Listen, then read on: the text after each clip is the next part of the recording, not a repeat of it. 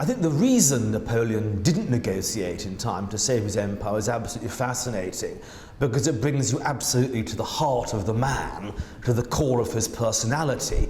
And it's very difficult because up to now in my books I've dealt with people who are more or less rational and not geniuses of the first order like Napoleon.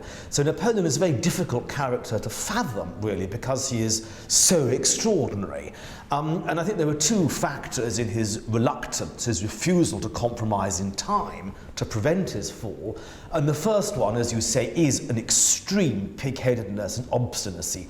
Once he held on to something like his empire, and after all it was an extraordinary empire comprising Europe from most of Spain in the west to, at its height, the Polish-Russian border in the east, he really, having got it, didn't want to give up any of it unless he was militarily forced to.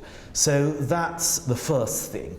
Also, I think he was very bad at negotiation. He was a totally domineering and dominating personality, and that, I think, is one of the keys to his character. And he was simply very bad at negotiating as one equal to another. So he was no good at negotiating. Before his huge defeat in Russia in 1812, he'd never had to negotiate with anybody. He'd simply had to, all he needed to do was dictate peace treaties from the point of view of the victor. And so this was a new game to him, and he was actually just very bad at it.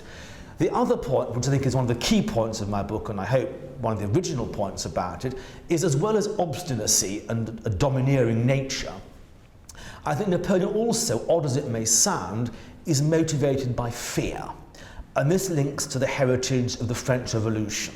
He is the inheritor, the heir of the French Revolution, a period of enormous bloodshed and instability in France, in which a number of French rulers had gone down, had been overthrown. Some, of course, like Louis XVI and Marie Antoinette, had gone to the guillotine, had literally lost their heads.